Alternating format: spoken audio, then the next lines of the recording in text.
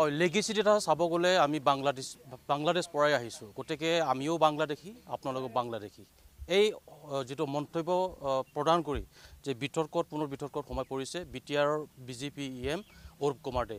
এইখন ঠাইডোখৰতে বা স্থানতে বিগত 22 মাৰ্চত নিশা তেওঁ এটা সভাত অংশগ্ৰহণ কৰিছিলে আৰু এই অংশগ্ৰহণ কৰাৰ মুহূৰ্ততে তেওঁ এনেধৰণৰ বিতৰ্কিত যিটো মন্তব্য প্ৰদান কৰিছিলে। এই যি বিতৰ্কিত যিটো মন্তব্যক লৈ আজি সংখ্যালঘু ৰাইজে ক্ষোভিত হৈ পৰিছে, যাৰ বাবে তেওঁলোকে আজি অৰূপ কুমাৰ দেৰ বিৰুদ্ধে আজি তেওঁলোকে সভা পাতিছে যে তেওঁ বিৰুদ্ধে কি সিদ্ধান্ত গ্ৰহণ কৰা যায় তাৰ এই যিটো এই বিষয়টোৰ ওপৰত তেওঁলোকে ইতিমধ্যে আলোচনা কৰিছে। মই পোনে ইয়াৰে যিটো স্থানীয় লোক আছে তেওঁলোকৰ পৰা মই কিছু কথা জানিবলৈ যত্ন কৰিম যে এইখন স্থানত যিটো অৰূপ কুমাৰ দে যিটো বিতৰ্কিত যিটো মন্তব্য প্ৰদান কৰিছিলে কি সিদ্ধান্ত লৈছে আপোনালোকে সভাৰ জৰিয়তে?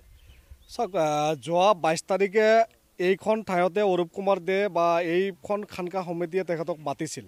মতাৰ পিছত তেখেতে এইখন ইয়াতে এটা সভা অংশগ্ৰহণ কৰিছিল আৰু এই সভাত আহি অৰূপ কুমাৰ দে ডাঙৰীয়া এনেকৈ এটা বিতৰ্কমূলক মন্তব্য কৰি গ'ল যে আপোনালোকেও বাংলাদেশী, ময়ো বাংলাদেশী। কাৰণ আমি সন্দেহ কৰিছিলোঁ যে অৰূপ কুমাৰ দে যে বাংলাদেশী মূলৰ হয়, তেখেতে যে বাংলাদেশী আমি সন্দেহ কৰিছিলোঁ। কিন্তু আমাৰ মানুহখিনি যে বাংলাদেশী নহয়, কাৰণ আমাৰ মানুহখিনিক 1951-ৰ লিগেচি বা 1951-ৰ NRC গোটেইখিনি তথ্য এই অঞ্চলৰ মানুহখিনিক 1951-ৰ কথাটো বাদে দিয়ক, 1934, 1932 এনেকাৰ পৰা এই অঞ্চলৰ মানুহখিনি বসবাস কৰি আছে। কিন্তু অৰূপ কুমাৰ দে ডাঙৰীয়াৰ নিচিনা EM এজনে ধৰ্মীয় সংখ্যালঘু মানুহখিনিক বাংলাদেশী সজোৱাৰ অধিকাৰ ক'ত পালে?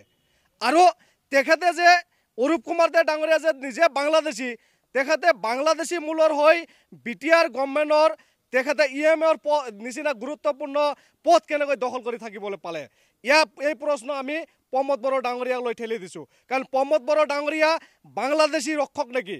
আৰু যদি তেখেতে বাংলাদেশী ৰক্ষক নহয় তেনেহ'লে অৰূপ কুমাৰ দে ডাঙৰীয়াক অতি সোনকালে BTR EMৰ পৰা বৰখাস্ত কৰাৰ কাৰণে আমি প্ৰমোদ বড়ো ডাঙৰীয়াক আহ্বান জনাইছোঁ। আৰু যদি প্ৰমোদ বড়ো ডাঙৰীয়াই BTR EM অৰূপ কুমাৰ দে ডাঙৰীয়াক বৰখাস্ত নকৰে তেনেহ'লে আমি ভাবিবলৈ বাধ্য হ'ম যে অৰূপ কুমাৰ দে ডাঙৰীয়াক প্ৰমোদ বড়ো ডাঙৰীয়াই ৰক্ষণাবেক্ষণ দি আছে আৰু প্ৰমোদ বড়ো ডাঙৰীয়াও বাংলাদেশী ৰক্ষক বুলি আমি ABMCয়ে তেতিয়া মানে বা এই অঞ্চলৰ ধৰ্মীয় সংখ্যালঘু ৰাইজে আমি ভাবিবলৈ বাধ্য হ'ম। কাৰণ আপোনালোকে জানে অসমৰ BJPয়ে জাতি মাটি ভেটি ৰক্ষাৰ স্বাৰ্থত এই অঞ্চলত তেখেতে এটা শ্লোগান লৈ চৰকাৰ আহিছিল আৰু সৰ্বানন্দ সোণোৱাল ডাঙৰীয়াৰ পৰা আৰম্ভ কৰি আজিৰ অসমৰ মাননীয় মুখ্যমন্ত্ৰী হিমন্ত বিশ্ব শৰ্মা ডাঙৰীয়াই গোটেই অসমত মানে তেখেতে জাতি মাটি ভেটিৰ শ্লোগান দি মানে চৰকাৰ চলি আছে। কিন্তু জাতি মাটি ভেটিৰ ৰক্ষাৰ যিটো চৰকাৰ, এই চৰকাৰৰ দিনত অৰূপ কুমাৰ দে ডাঙৰীয়াৰ নিচিনা এজন EMয়ে মুকলিভাৱে ৰাজহুৱা সভাত আহি তেখেতে বাংলাদেশী মূলৰ হয় বুলি তেখেতে স্বীকাৰ কৰি গৈছে। আৰু এজন বাংলাদেশী মূলৰ মানুহে BJPৰ সদস্য কেনেকৈ হ'ব পাৰে? BJPয়ে বাংলাদেশী ৰক্ষক নেকি? আৰু যদি এই অৰূপ কুমাৰ দে ডাঙৰীয়া কোৱাৰ নিচিনাকৈ এই অঞ্চলৰ মানুহখিনি যদি ধৰ্মীয় সংখ্যালঘু মানুহখিনি যেনেকৈ বাংলাদেশী সজাইছে, আজি আপোনালোকৰ জৰিয়তে অৰূপ কুমাৰ দে ডাঙৰীয়াক আমি প্ৰত্যাহ্বান জনাইছোঁ, এই অঞ্চলৰ এজন মানুহ বাংলাদেশী হিচাপে দেখাই দিব পাৰিব নেকি? আৰু অৰূপ কুমাৰ দে ডাঙৰীয়াই সময়ে সময়ে ধৰ্মীয় সংখ্যালঘু মানুহখিনিক লৈ তেখেতে তুচ্ছ তাচ্ছিল্য কৰা আমি দেখিবলৈ পাওঁ। কেতিয়াবা কয় ইছলামৰ দপদপনি ইয়াতে নচলিব, কেতিয়াবা কয় এই মানুহখিনি বাংলাদেশী। আৰু এই গোটেই BTCৰ ধৰ্মীয় সংখ্যালঘু ৰাইজক আহ্বান জনাইছোঁ, এই অৰূপ কুমাৰ দে গোটেই ধৰ্মীয় সংখ্যালঘু জাতিটোৰ শত্ৰু। এই অৰূপ কুমাৰ দে ধৰ্মীয় সংখ্যালঘু মানুহখিনিক সময়ে সময়ে নিঃশেষ কৰাই যি ষড়যন্ত্ৰ কৰি আছে গোটেইখিনি আপোনালোকে জানে। জনা সত্ত্বেও যিসকল মানুহে এই অৰূপ কুমাৰ দে ডাঙৰীয়াক এই আমাৰ সমাজত বৰপিৰা পাৰি দিয়ে, এই সকল মানুহৰ বিৰুদ্ধে ইতিমধ্যে আমি ৰাইজে সজাগতা হৈছোঁ। আৰু এই সকল মানুহক আমি ইতিমধ্যে ৰাইজৰ পৰা বৰখাস্ত কৰাৰ কাৰণে বা ৰাইজৰ পৰা আমি কেনেকৈ তেখেতসকলক মানে ৰাইজৰ আদালত থিয় কৰাব পাৰোঁ, এইখিনি আমাৰ মাজত আলোচনা চলি আছে।